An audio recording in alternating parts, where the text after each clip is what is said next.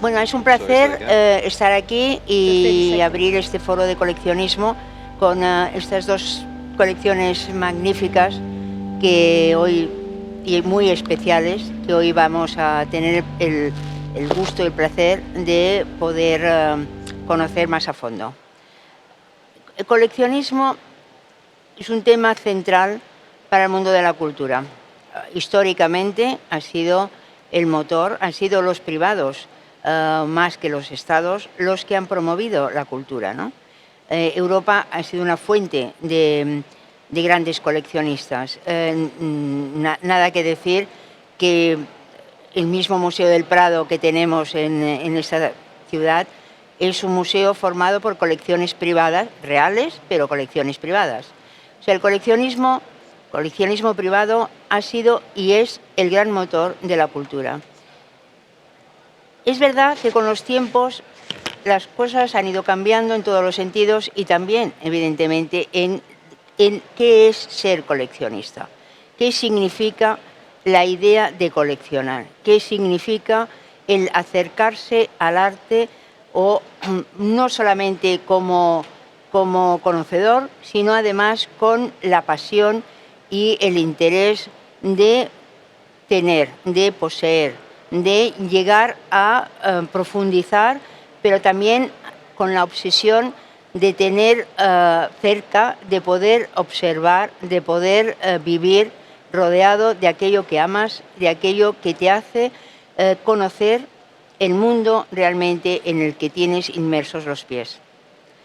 Yo creo que las dos colecciones que hoy vamos a ver son dos colecciones muy diversas, de dos coleccionistas que han generado con su pasión dos piezas muy especiales.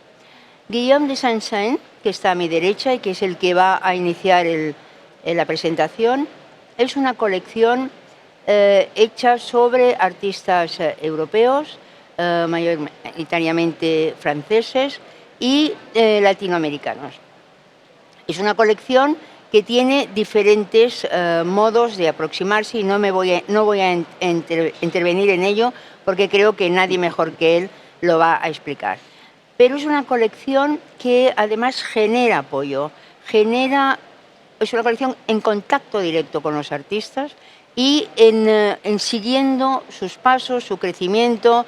O sea, hay una aproximación humana maravillosa que genera con el tiempo y con los años que lleva coleccionando, ha generado pues grandes amistades y por supuesto grandes artistas.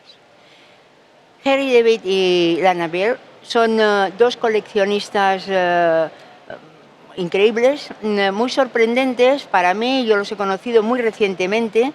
Tuve la oportunidad este verano en mi paso por Atenas, aproveché en 2 días para ver una ciudad increíble y muy siempre llena de sorpresas, ¿no? Tiene unos museos, el Museo de Arte Contemporáneo es fantástico y bueno, tuve el tiempo de poder ir a ver y me encontré inmersa en esta colección tan especial, tan increíblemente especial, tan centrada no en una temática, pero sí en un territorio. En un territorio bastante desconocido, aunque evidentemente es más conocido que hace unos años, pero que ellos lo están trabajando con una sutileza increíble. Y luego había una cosa especial, maravillosa en la presentación de esa colección, y era que había uno de los artistas involucrados en la colección, era uno de los personajes que habían construido la itinerancia a través de la propia colección.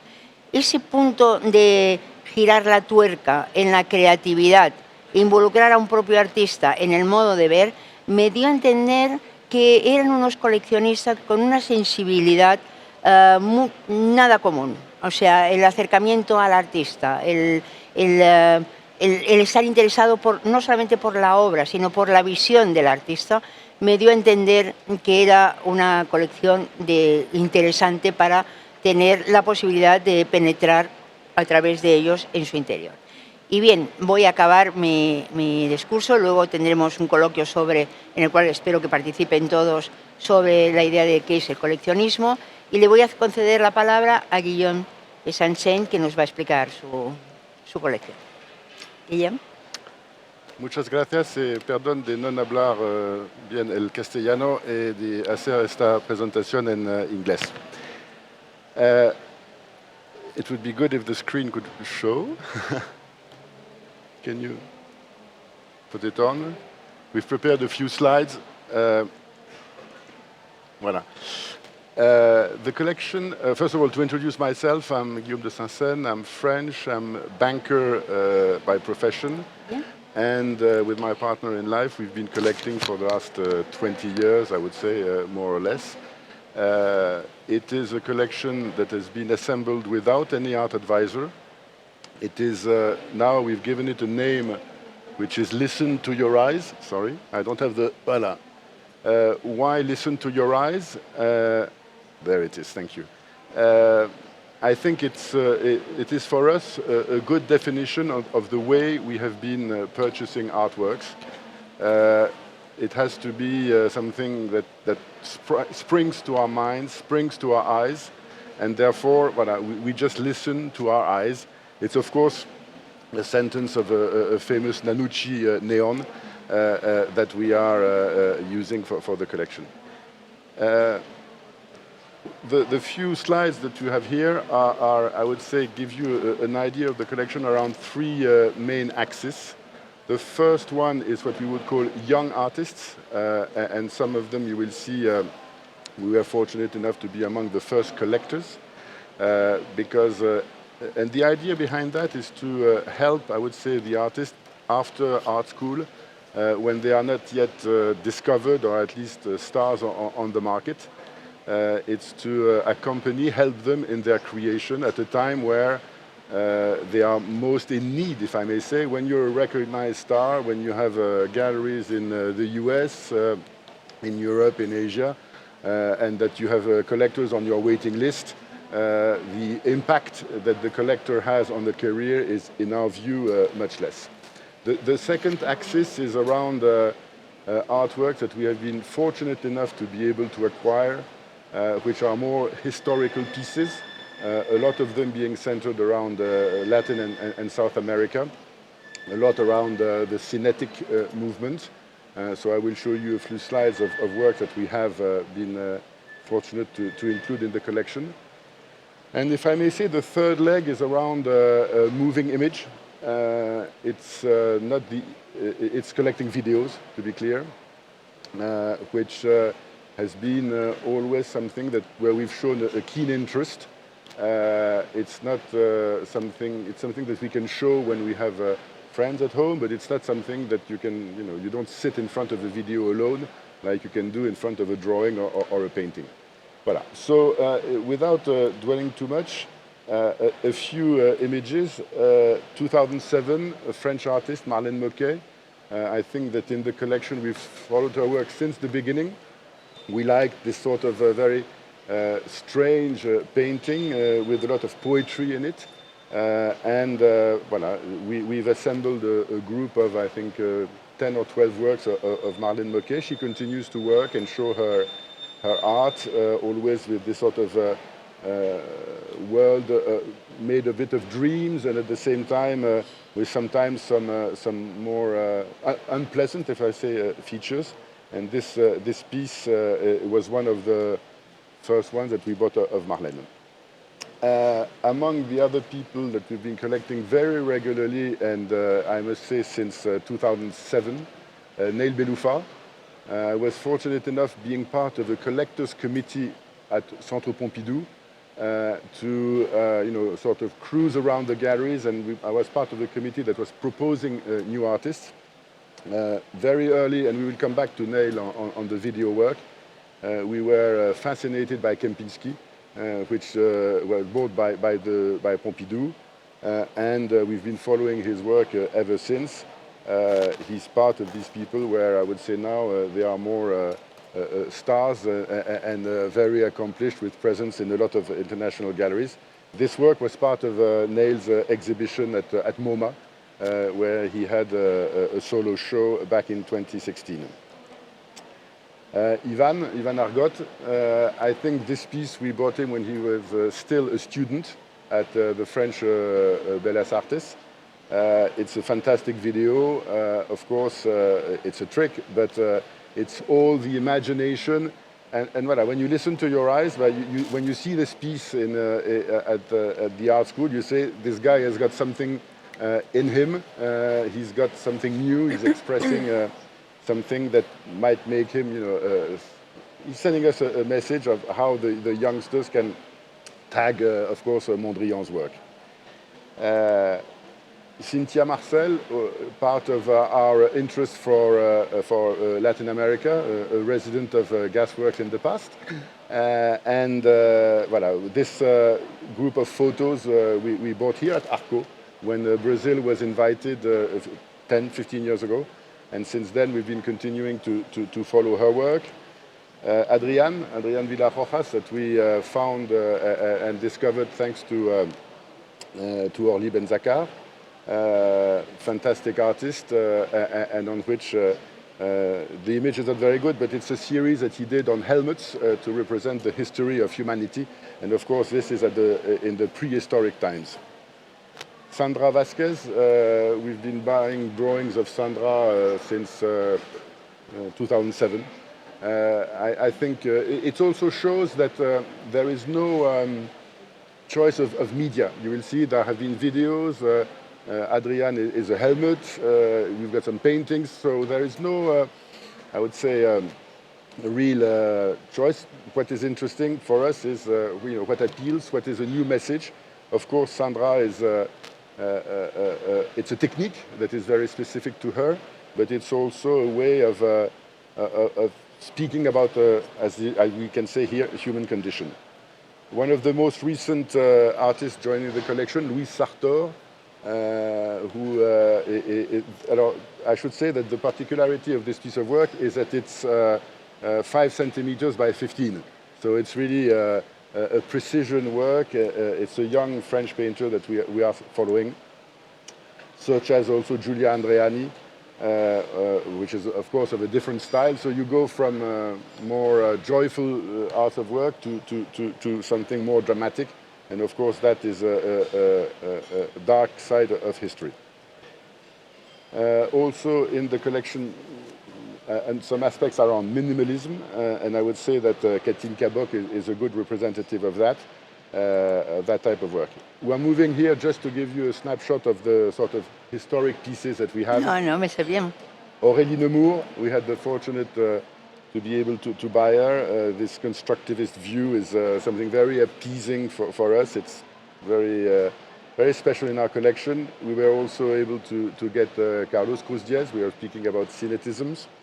Yakov Agam, a piece of 1952. In those cases, mostly bought at auction. So something which is going to constitute an ensemble, if I may say, of work of the 50s and 60s. Antonio Assis, 1980, sorry. Very long piece of 2.70 meters. Voilà. And to give a place to our fellow collectors, just a few ideas around video and moving images. Miguel Angel Rios, it's this fantastic video where these tupi, I don't know how you say that in English, turn for hours and hours and hours. It's absolutely hypnotic. Here, both in Arco, a video of Maria Friberg, Common Cause. It's again this repetition, and it's a fascination that we have for these balls that are falling from the staircase of the Swedish Art Museum. It's something that when we project it at home, it sort of electrifies, and you cannot take your eyes away from that. Of course, it's a still view, so it's not the same representation, but it does give you an idea. Again, Cynthia, we were speaking about works of Cynthia Marcel a bit earlier in the photography. Again, a keen interest for video, and this fantastic 475 Volver video that has been shown elsewhere, obviously, and that voilà, now she's evolved more into work of for the biennales and things like that. But this is something that, for a private collection, is, if I may say, collectible. It's always a bit of an issue. for artists that are very active in installations, in big works. How can you have it in a collection, show it to your friends, share it? Of course, video in that instance answers the question. Dias and Rydweg, Brazil, a fantastic work of 2017. We've been following Mauricio and Walter for years. When we visit Brazil, we're fortunate enough to spend some time with them. So we've got this, as you said, Gloria, this proximity we try to build with the artists. And I was speaking of Neil Beloufa. This is one of his founding works called Kempinski. He was at that time 21 or 22 years old. So it's clearly, and Ivan again in video. When you look, to be very clear, when you put change the date and you say 2021 and you speak about what the world has been crossing in terms of sanitary crisis, and you see this video there, you say, artists have got something to teach to us. They are very often in advance, I would say. Voilà. And one of our latest purchases, again, Latin America, a fantastic video shot in Cuba, Momentos Efímeros of Tania Cambiali. Voilà. It's to give you a snapshot. And the latest purchase is one that we did 2 weeks ago in an art center called Push in Paris. It was a whole building that was occupied by Artist Studio. Some visits were allowed. And Elliot Kos, who it's his first artwork, he is doing videos for rappers and for music. It's his first artwork, officially, if I may say. It's going to be shown in another art center. And he has posed his camera during the lockdowns from the top of this building, and it's a montage of very strong images that show what a town like Paris and what the périphérique, the ring road, can become under a lockdown. Merci, Guillaume. Thank you. And if you like it, we can start with your presentation, okay? Thank you, Gloria.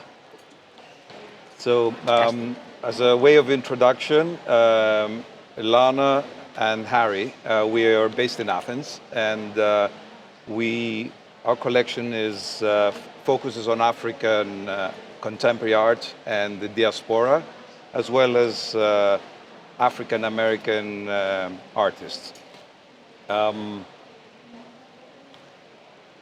Is there? Sorry, I think our. Keep. Yeah. I think. So, as a way of going into our collecting focus and habit, I would like to start by a recent show that we were invited to put up in Athens at the Contemporary Museum of Athens, and the way we were basically we had a collection, a part of the collection showing. It was hanging for a year and a half on the walls of it was the first visiting collection at the new Museum of Emst. And although it was hanging for a year and a half, it was actually open to the public for 4 months. Unfortunately, because of COVID, so it was a start, go, start, stop sort of a situation.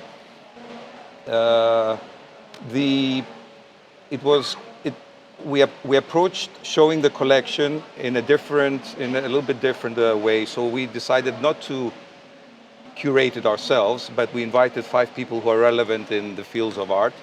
We invited 5 curators. One was an artist, which was Rashid Johnson, an African-American artist. Elvira Diangani Ose, who's a museum director. I believe she actually manages MACBA now. Exactly. Then we had Osei Bonsu, a curator of art from the Tate Museum. Emily Tsingu, who is an art historian and advisor to our collection. And Burkhard Warnhold, who is a German collector. So we gave the database of our collection to them and just gave them a room each. The whole setup was designed in a way to mimic an African village. And all we did was we gave them a part of the village, so a room each, and we let them free to to curate their story from our collection. And for us, it was very interesting to see the different stories that each one of these people coming from a different approach in art, their different approach and the different story that they said. It surprised us. And a very interesting fact is that the 5 curators did not overlap at all. They did not choose one piece. There was no overlap, so which was quite an interesting finding. Due to COVID, what we started, let's say, in a traditional. We wanted to do a traditional show, but since we opened with COVID, along the way we changed the way we were presenting. So in a normal situation, we would be printing books, we would have pamphlets, we would have guides to show the art, which all went, of course, with social distancing, and it all went down the drain. So we decided to go to invest in technology. And that meant we very quickly set up a website, which we did not have for the collection. We did a virtual tour, so we got a software called Matterport, and we filmed the whole space. So from any part of the world, you could actually navigate through the collection.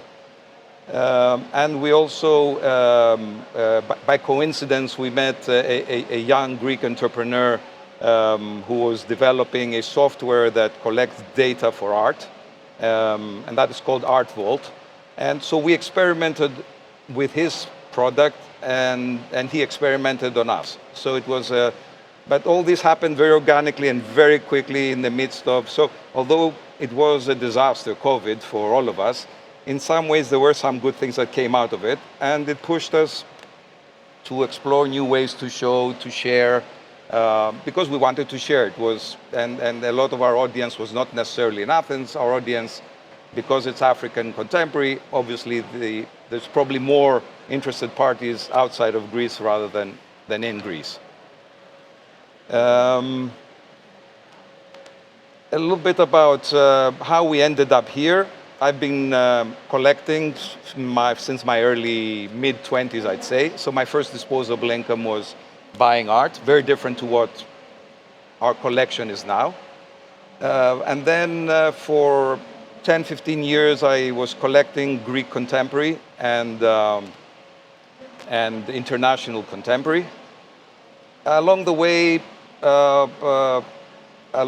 it sort of started changing a little bit. The passion was lost, so to speak. There was no focus to it, and at some point, I realized that there was parts of my collecting was towards African contemporary, and that maybe has to do with my roots. So I was brought up in West Africa, in Nigeria, and Lana, who I met halfway along my art journey, is from South Africa.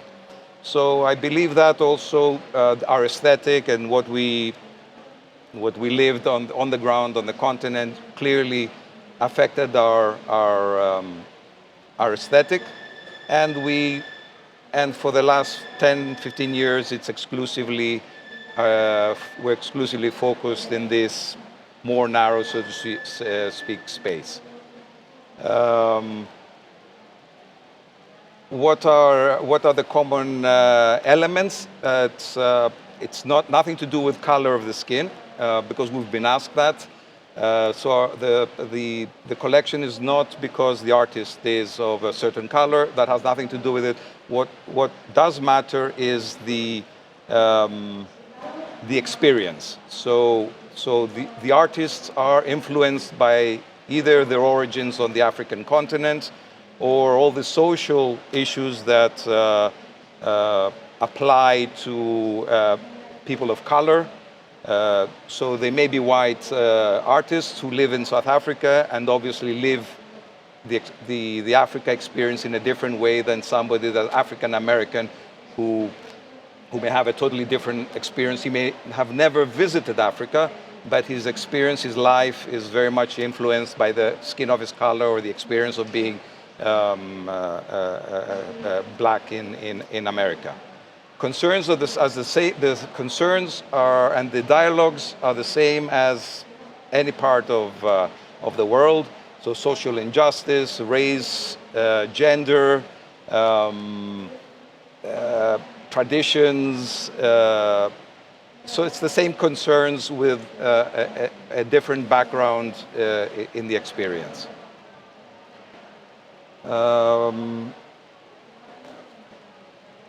I think that is pretty much what I can share for that collection. And the journey continues. It's a very interesting journey. It's a relatively new field, the African contemporary field, and we're learning alongside. So even we actually work with an advisor to the collection. And the interesting thing is that our advisor, Emily Tsingu, who is an art historian as well, is learning alongside us. So it's more of a dialogue, and there's not so much as established artists in this field. We learn as we go along. And there's a lot of exploring, there's a lot of on-the-ground travel, and walking the streets of little villages and big cities in Africa, and in conjunction, of course, with the traditional trade of galleries, which, we have that in London and in Paris and in New York. You have a scene that's developing. So it's an amalgamation and a very interesting one. Thank you. Lana, do you like to add something? I think Harry had quite a good coverage of what he said. I had an interesting conversation just before we came in here. And something I perhaps would like to point out is, you may have noticed from many of the images, especially the art coming out of Africa, how wonderful and beautiful it is to see art made from found objects. If you think that, on the continent, there isn't the financial wherewithal to buy materials, oil paints and things like that. So a lot of the material from the art is actually from the slums, from, dumps. It's old keys, computer keys, it's old pieces of wood or metal, or really just thrown away objects. And a huge part of our collection is made up of all these wonderful objects that just are from the landscape around everyone in Africa. So, I think Harry, I'm happy to answer any questions, but I think Harry, this work here, we can talk about different works individually, but I'm happy to answer any questions about any of the works. Okay.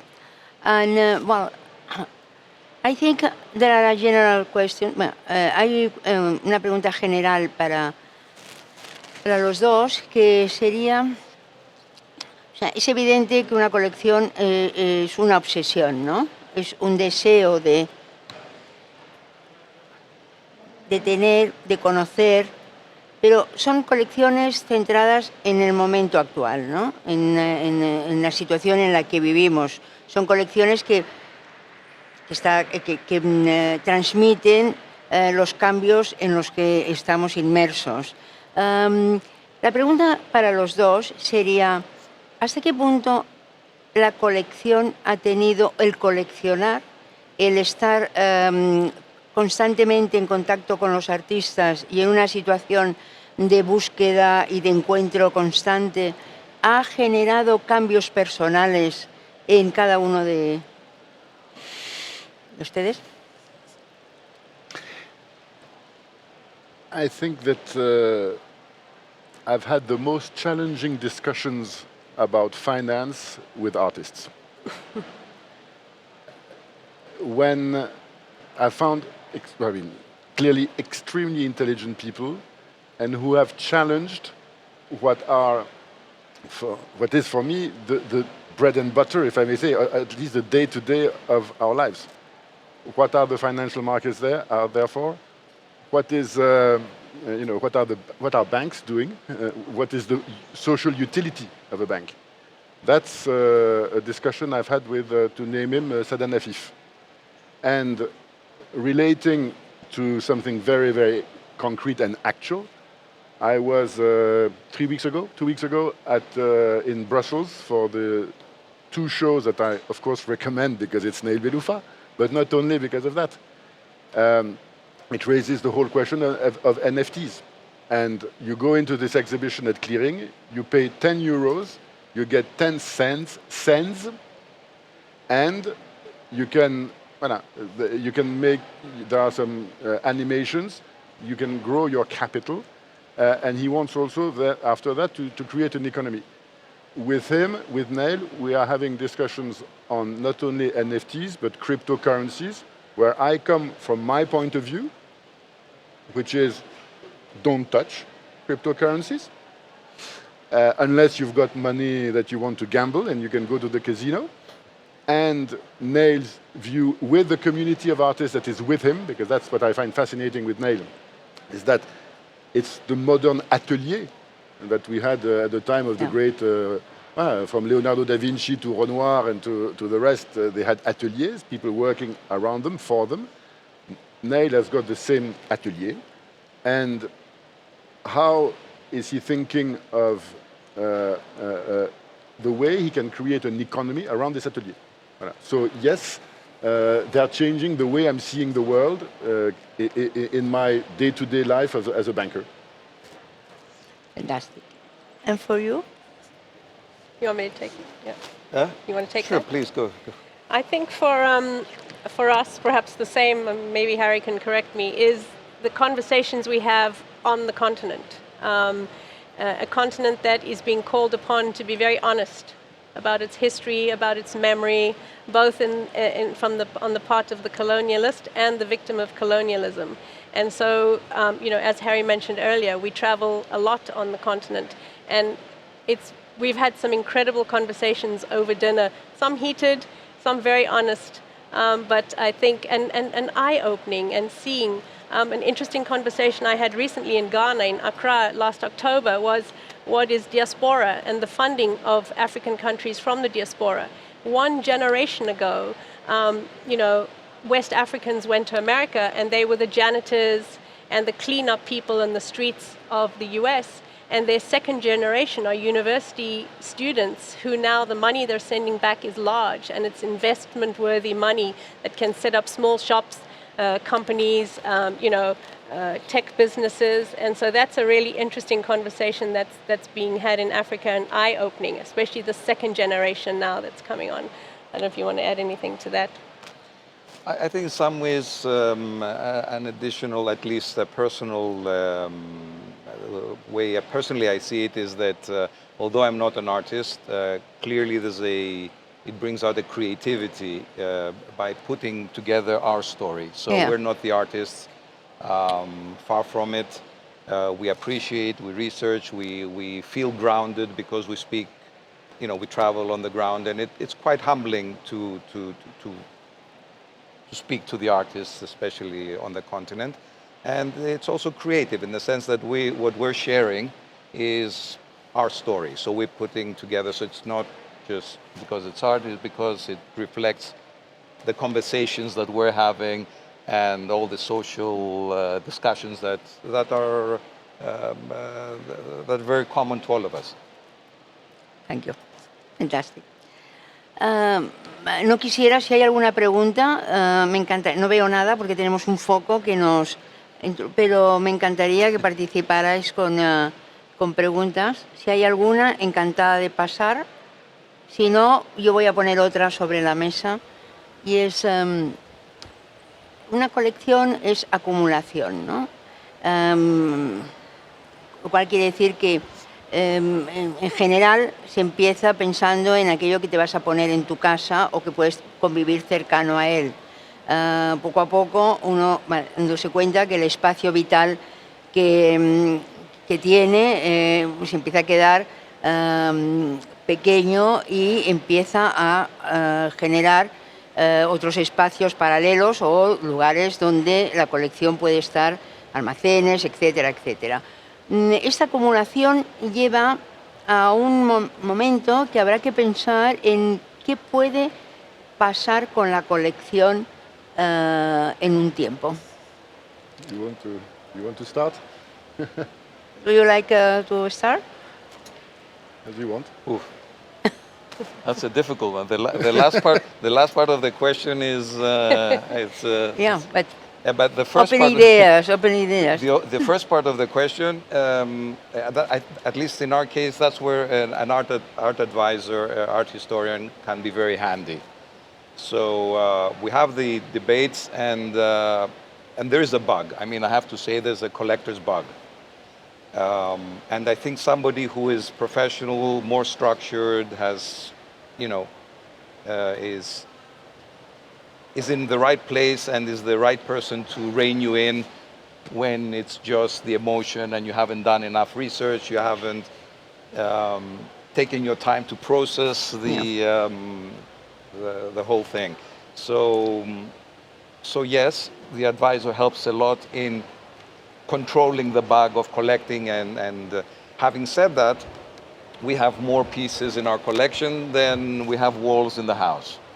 So what we do is, first of all, we like to share. We do loan our pieces regularly to when we're being asked, and there's at any time there's a few pieces being loaned to museums, and we rotate the art in our house every year. That's our way. But sorry, but do you have this relation with the museums? No, you loan the pieces for. Not for only for shows. You loan for exhibition in the collection of the museum. Usually they're for specific exhibitions. So okay. For specific exhibitions, they know the artist. They usually find you. They find you in their own way. It's usually when we're asked.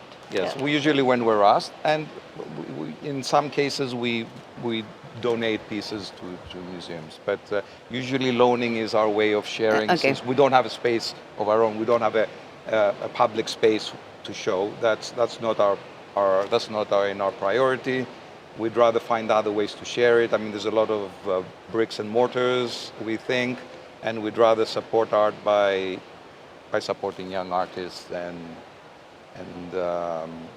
that way we find it more prudent for us to support. And but do you have? I'm sorry. But you go ahead to continue the discussion. It's I think that. But also, I speak about a dream. You know, not a clear, no una claridad específica en lo que vas a hacer, sino el sueño que uno podría generar con la colección. Gloria, I think that I've got in common with Lana and Harry the fact that we also lend work when we are asked. Storage is a big question, to be very clear, because you've seen there pieces that are all of, I would say, a size that can go in an apartment. So we rotate like you. We hang every year, or rehang. There are some works that stay, but when you start, you know, and we didn't show there some of the bigger pieces that basically require either installations. We've got a big piece by Andra Ursuta that we bought in California. We've got a big piece by Donna Wanka, which is now a star. We couldn't afford to buy it now anymore. So that requires a storage. And to be clear, we've got one in Paris and one outside of Paris for the pieces that are a bit more voluminous. I think that at some stage, we had decided that we wouldn't buy artwork that we could not hang at home or not show at home. We've changed our mind because of sort of regrets that we've had, and therefore there are some works that are, I would say, not. We could not have them in our apartment. We have an apartment in Paris, you know the size of Paris. It's a vertical town, it's not a horizontal town. Voilà. So that is about, you know, how do we look at the collection today? How do we look at the collection in the future? We've not asked ourselves the question yet. But it's a dream, and there are a dream. It will be a different time. Maybe one day we will have to make choices and reduce the collection. May I say that we've been fortunate enough not to have to sell work up to now. That's because of hard work elsewhere in the bank and voilà. So in order to buy work, we don't need to sell work that we've had previously. I think it's also a question of respect vis-à-vis the artists. Of course, some of the works that you've seen there, we were offered 5, 10, 15, 20 times the price we paid for it. We've been, again, as I said, I'm going to repeat myself, sorry, we've been lucky enough not to have to sell them. If our financial condition changes, maybe one day, well, we'll have to make decisions, but this time has luckily not come yet. Thank you. Una colección también es una responsabilidad, ¿no? O sea, creo que sí, como historiadora de arte, casi siempre miro los ejemplos del pasado y lo que esos ejemplos nos han dejado y cómo con los años y a veces con los siglos esos ejemplos han sido un fundamento básico para construir la cultura de una época y de un país o de un lugar, ¿no? Hace poco estuve en Roma por trabajo y tuve el tiempo para volver a ver Villa Borghese, ¿no? Villa Borghese es un palacio que no debemos olvidar que fue una colección privada y que es la imagen de un coleccionista privado. Coleccionista privado que en su época, siglo XVII, protegió a dos artistas malditos, ¿no? De alguna manera, que eran Caravaggio y Bernini. Hoy es de lo mejor que tiene Roma, ¿no? Sigue siendo un lugar donde uno puede percibir el momento en el que el coleccionista vivió, en su propio palacio, en su propia casa, etc. Esta posibilidad de mantener es algo maravilloso porque no se diluye en otras visiones, ¿no? Yo creo que esa responsabilidad que sin ser volitiva, pero al momento de que se hace una colección se adquiere, porque es una mirada sobre el momento desde diferentes puntos de vista. Esto es lo que es enriquecedor, ¿no? Es lo que hace que estemos tan interesados por las colecciones privadas y que sean tan fundamentales, porque esa diferencia es lo que hace comprender la riqueza del mundo en el que estamos inmersos. Creo, sinceramente, que los tiempos no ayudan a mantener las colecciones en su lugar de origen y en su digamos, en su estatus original, ¿no? Sin tener que mezclar. Pero abogo por una posibilidad de futuro en el que pudiéramos visitar, es un sueño general, ¿no? En este siglo tan atomizado que vivimos, poder hacer esos viajes a través de estas colecciones que generosamente cada uno está construyendo y que a la fin está como guardando o manteniendo la memoria de una de esos fragmentos de la época en la que vivimos. Hay en esta conciencia hay algo que es muy interesante también y es cómo se puede desde una colección privada mantener el contacto, o sea, extender el conocimiento de lo que la colección contiene al mundo exterior, que no es solamente a través de charlas o a través de exposiciones, pero hay otros soportes, ¿no? Que son pues desde las publicaciones, etcétera, difusión de hoy mucho más favorable porque tenemos los medios técnicos que nos ayudan, pero ¿tenemos algún plan sobre este modo de difundir la colección que no sea única y exclusivamente la exposición? I mean, if I could let you all be privy to private conversations that myself and Harry have had, we have talked about what we'd like to do. Nothing has clicked yet. We've done things like close my eyes and put my finger on the map somewhere in Africa and let's do something there. let's do something outside of the main capitals. I mean, our collection is works from Africa. It's such that you want to show it to communities that necessarily can't afford a trip into London and pay all museum prices. So we have talked about that. Having said that, our collecting process has been, I really believe, very organic and very honest. Yeah. We haven't come upon a final decision of what we'll do. We haven't come anywhere close. But I believe that will happen as the collection of this particular collection happens. So I have faith, but at the same time, we never considered we hadn't even talked about doing an exhibition at a museum, and we're very surprised when we were invited by the Contemporary Museum in Athens. We were taken aback, and we put that show together in 4 months because all the work was ours. So it was easy to get to. I mean, that might be something in the future. I don't know. I mean, when a museum does an exhibition, it takes 2 years to put together. It's huge expense. It's a huge. That might be one. If you can do that in an honest way. Let's say honest. I mean honest.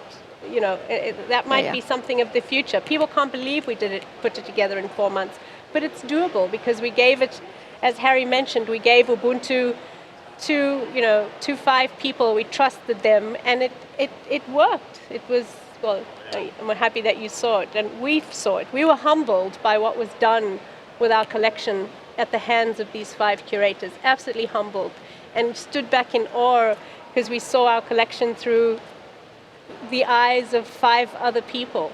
So we haven't we haven't come up with a final answer yet, but I believe it'll come just the way our collection has come organically. You need to be ready because that will be, quickly. And for you?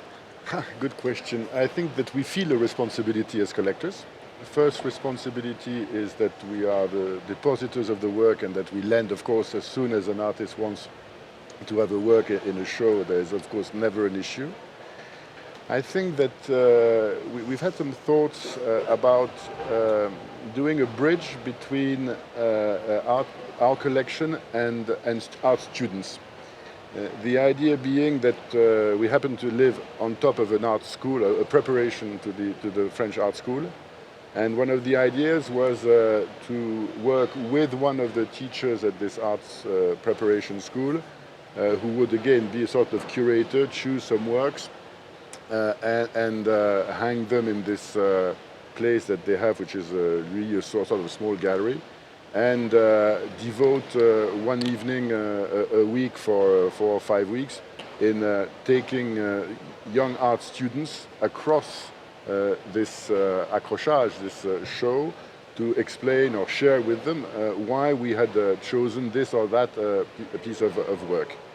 We've not done it yet, but if we, this feeling of responsibility, in the same way as our interest is in young artists and emerging artists, I think is to maybe reverse the chapter, if I may say, and help ourselves, young artists, in explaining to them what the eye of collectors can be in front of their work. How do we react? Why do we listen to our eyes on that or that piece? And what, in the context of the time, why did we choose this piece of an artist rather than another one? So maybe giving back to the students what they have brought so much to us would be something we would maybe work on. Okay, thank you. And there are someone in the ¿hay alguien en el público que le gustaría alguna cuestión específica? They're all very shy. You know, it's only the first question that is difficult. Someone I can see very well if there are some. No, ¿Sí? I don't think. Sí. No. Is it? Okay. Doesn't matter. No hay problemas.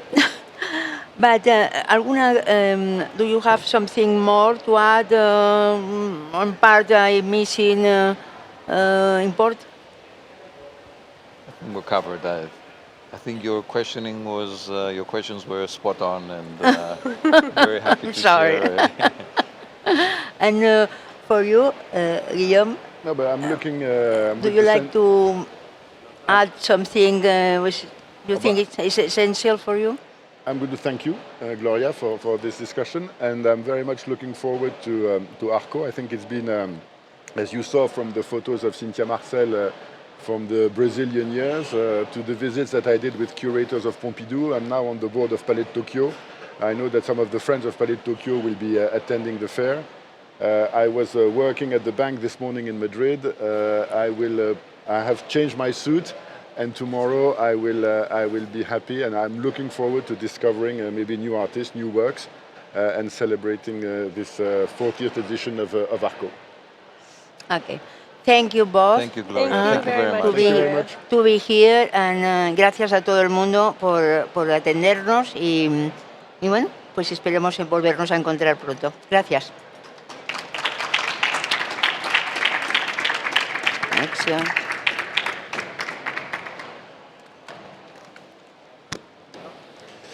Guillaume.